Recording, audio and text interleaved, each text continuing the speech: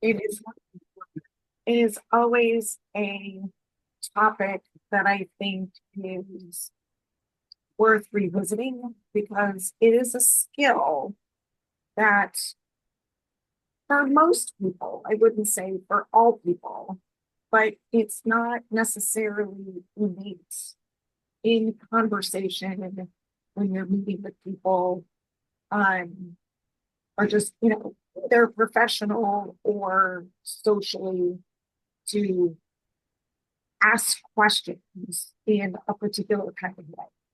So the video topic was called The Art of Asking Great Questions. And what this topic was about is it, I'll get to the nuts and bolts of it because the it's asking closed questions versus asking open questions. So closed questions are those questions that are usually yes or no answers or very short answers. Um, so an example might be, can I help you? Or did you complete the assignment? Do you have questions? Um, those responses are going to get you yes or no answers. And really, what you're trying to do, especially in a real estate scenario, when you're working with your clients, buyers, sellers, renters, whoever it may be, um, is is to have a dialogue with them, and it really goes beyond just the questions. But what you're doing is you're establishing a rapport with your clients and you're getting to know them and vice versa, right? You want them to get to know you better.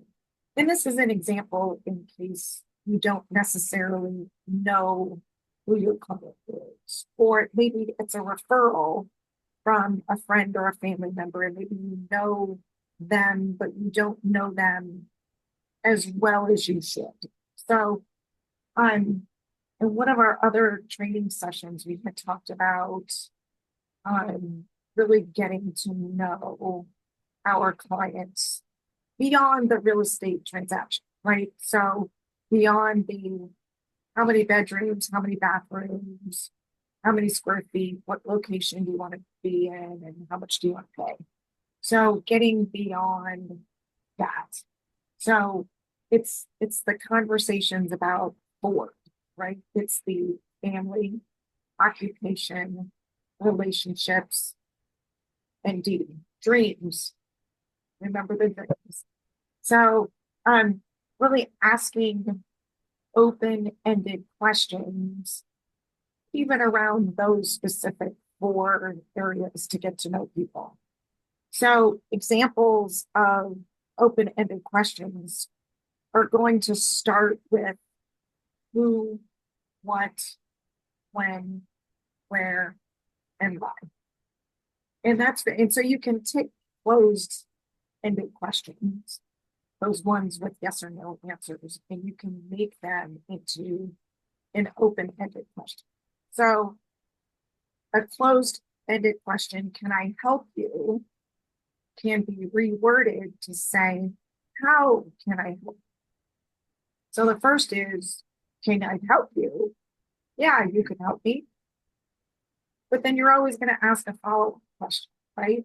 Versus asking the right question the right way the first time. How can I help you? Yes or no doesn't really answer, isn't really going to be an appropriate response for that question. They're going to answer it specifically. So an example might be, well, I'm looking to buy a house in Gilbert. My budget is 350,000. I really want to buy something in this neighborhood because it's really cute. It's close to my kids' schools, things of that nature. So really asking those open-ended questions are really going to help you dig deeper into knowing the clients, knowing what their dreams are, knowing more about their family, their living situation, where they work, where did they used to work?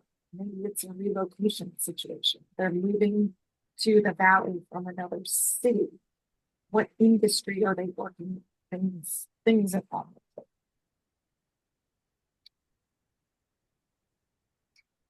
Another piece of the art of asking great questions is, if you think about, if you're in a listing presentation or in a buyer consultation, is you don't want to be doing all the talking, right? So if you apply the 80-20 rule, and I don't mean 80% of the time you do the talking, 20% of the time you do the listening.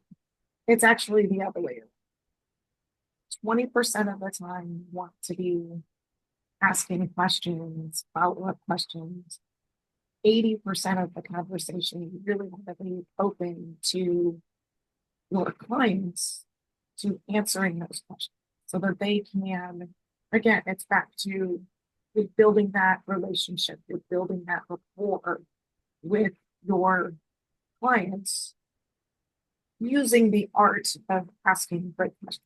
But definitely when you're in those conversations with your clients, you want to do more listening and you want to do more asking questions.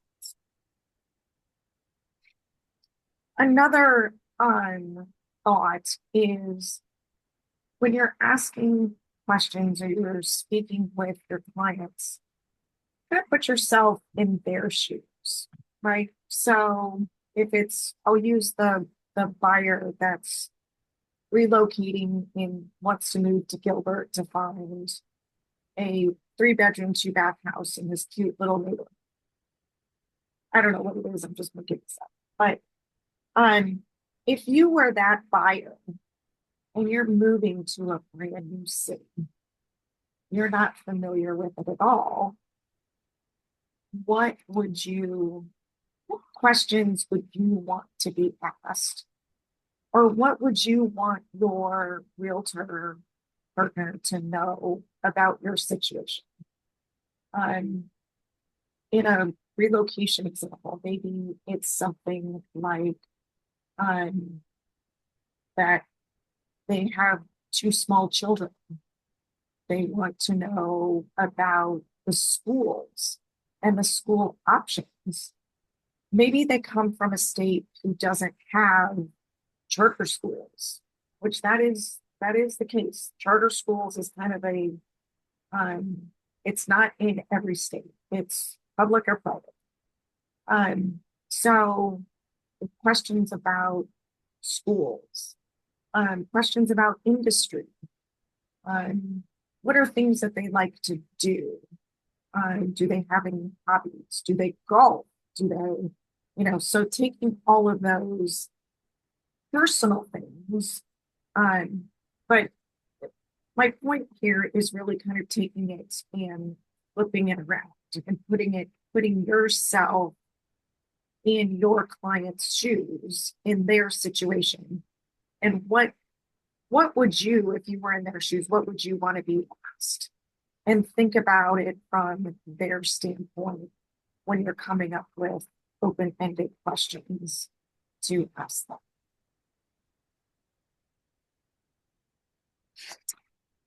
Also clue into the nonverbal, right? So this particular topic is about asking great questions, but it's also, you need to read the room, right? So are you asking open-ended questions and you're getting really short answers? Is it a husband and wife, and maybe the wife is more quiet and the husband is doing all the talking? Is there eye contact? What's their body language?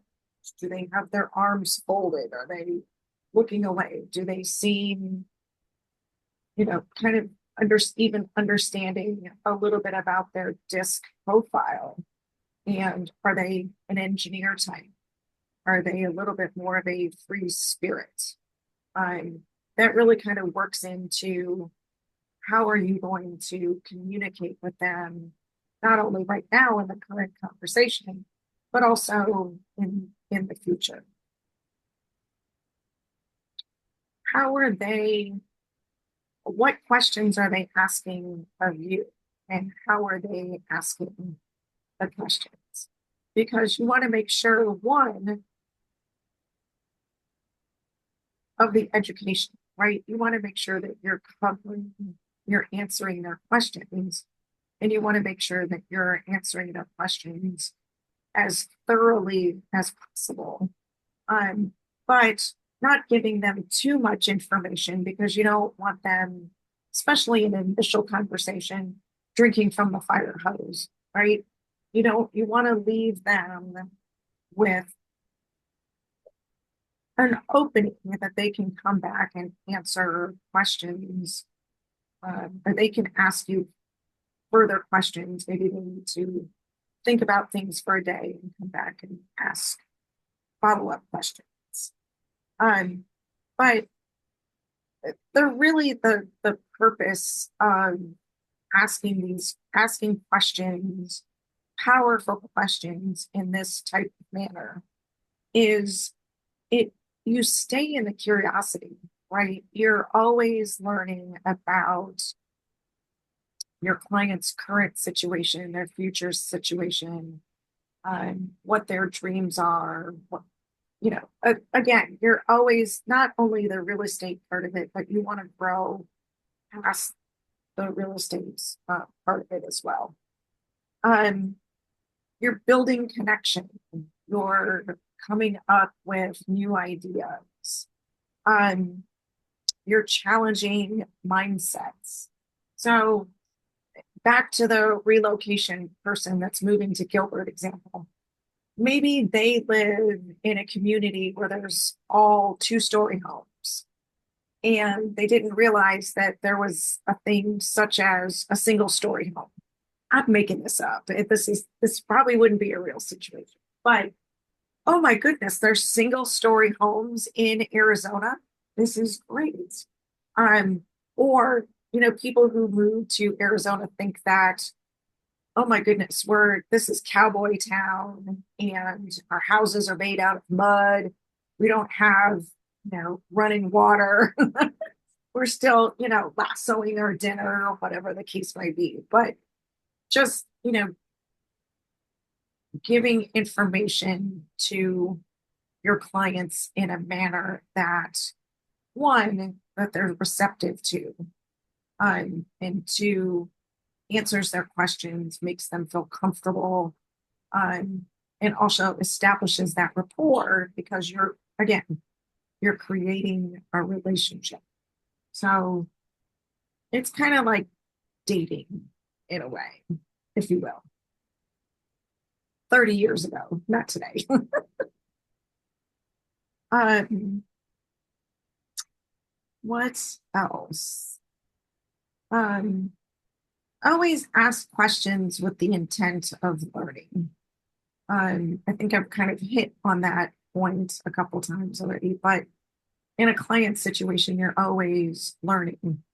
Um, and even I'll take it out of working with your clients and buyers and sellers, but even with Kate and I, right, asking questions of us because we're we're all in a relationship, whether you guys realize it or not. And we want to foster that relationship and grow that relationship.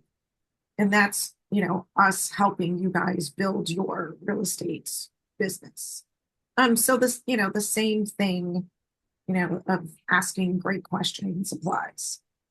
Um, I will tell you that one of the reasons why I really like this topic is because I do believe that this is an art form, right? You very much, when you have conversations with people, you get in a kind of in a rut, if you will. How are you? I'm fine. How was your day? It's good. And that's it. And then you move on, right?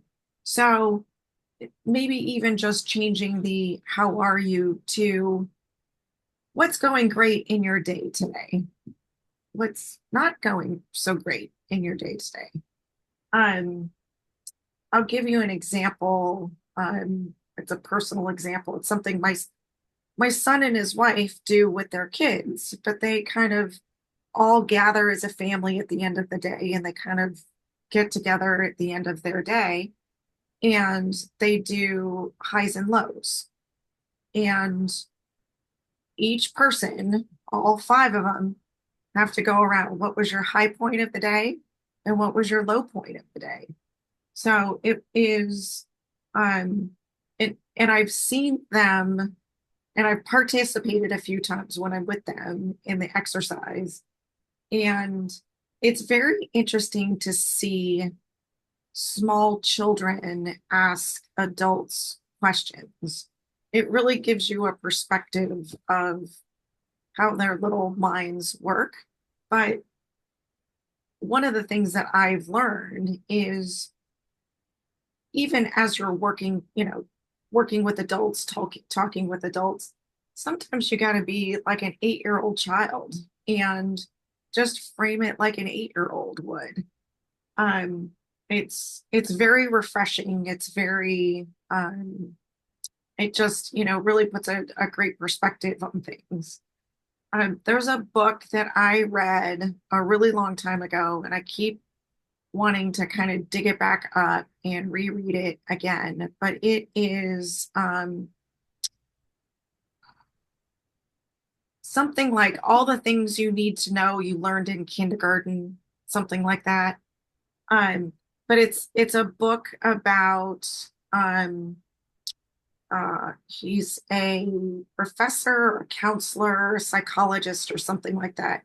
But he talks about like a life of a perspective of a 5-year-old, right? And it's the basic things. It's be kind to one another, hold the door open, um, things like that. So, um, I think it all applies to the topic of building relationships with your clients, building relationships with people, things of that nature. It's, not just the yes or no question. It's interest. You're taking interest in other people, in what's going on in their lives, what's important to them. So, yeah, it's just I personally just find this topic very fascinating, and it's one of those things that we can just keep learning. It's a skill that, like I said, for me, it's a little bit against the grain, and something that I always want to get a little bit better at to get to know people and understand people's why, things like that. So, does anybody have any thoughts or perspective on Yeah, I found it interesting. I always knew like, yeah, science, art for sure. But the science, I guess, if that's what you want to call it, the science of it was interesting how they framed the questions by the very low level questions and then moving a step upward to more just more open, smarter questions, I guess, that create a better dialogue with whomever you're speaking to. And it made a lot of sense when they said that like the why, they're like, don't you get defensive when somebody asks you why? And I do. I really, really do.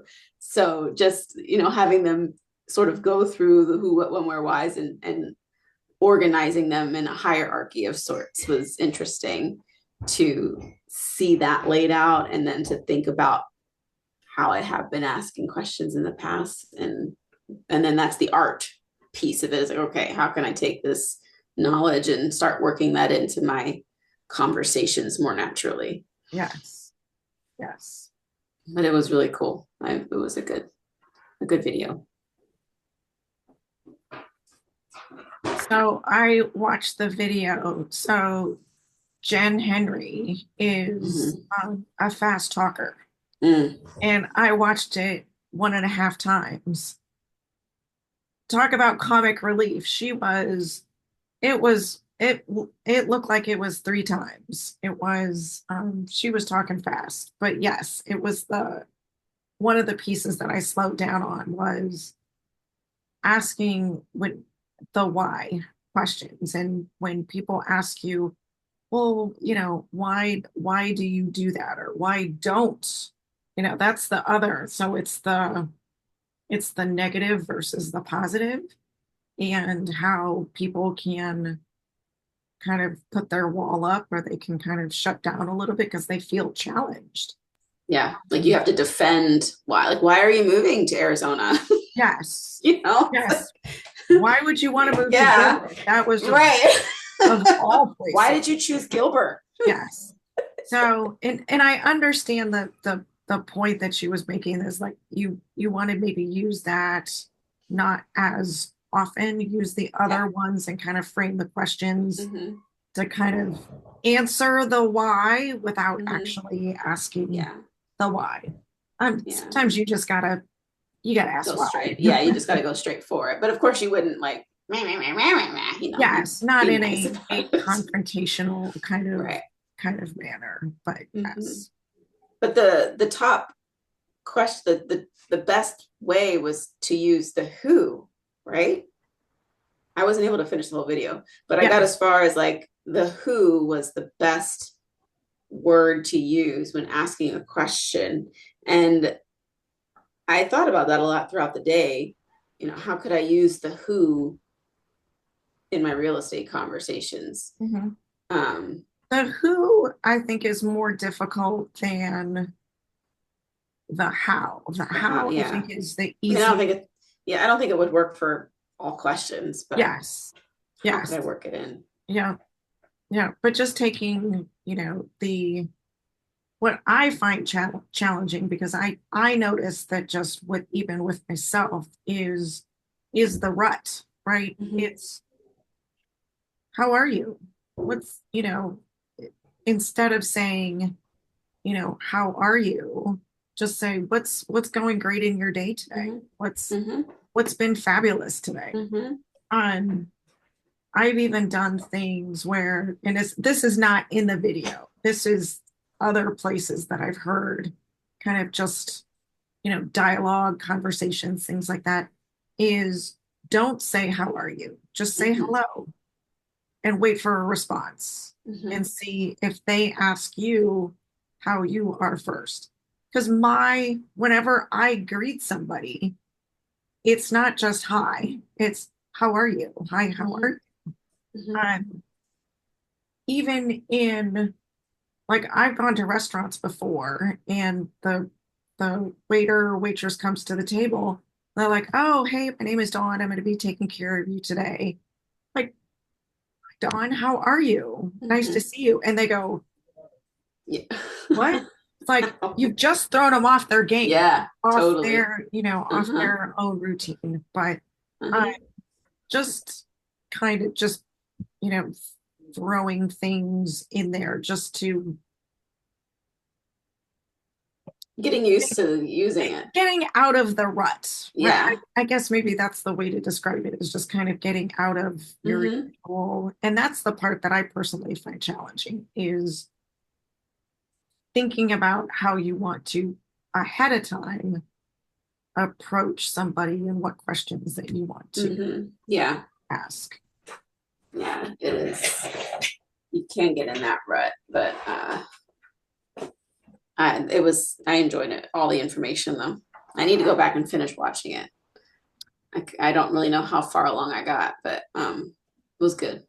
So the locker room actually has, I think they have a couple versions Oh, of that one, if I remember right. Um,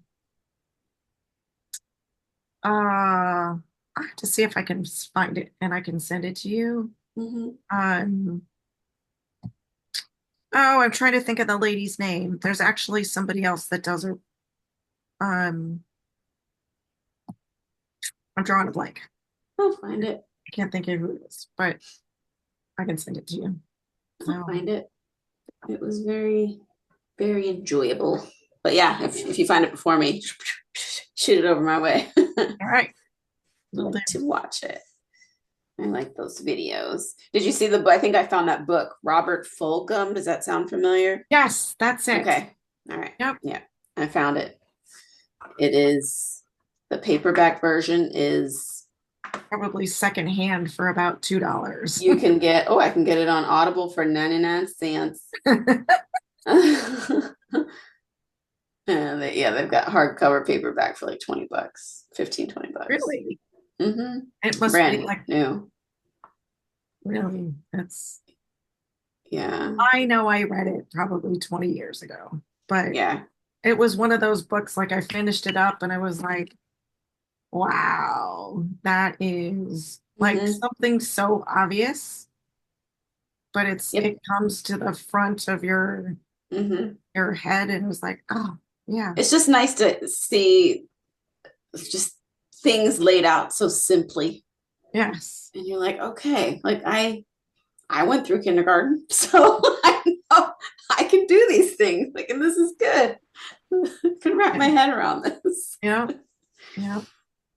I'll have to look into that. I've got so many books to read with connecting with locker room coaches. They're always throwing out new books to Yes. read. I've got a long list. Now I Yeah. have this one. Yeah. I agree. What was that one that Reed was mentioned today at the call? It was who not how, right? Does that sound Yes. familiar? Who not how? Yeah. Yeah. Put that down here. All right, guys. That's all that I got for you today. It was a good one.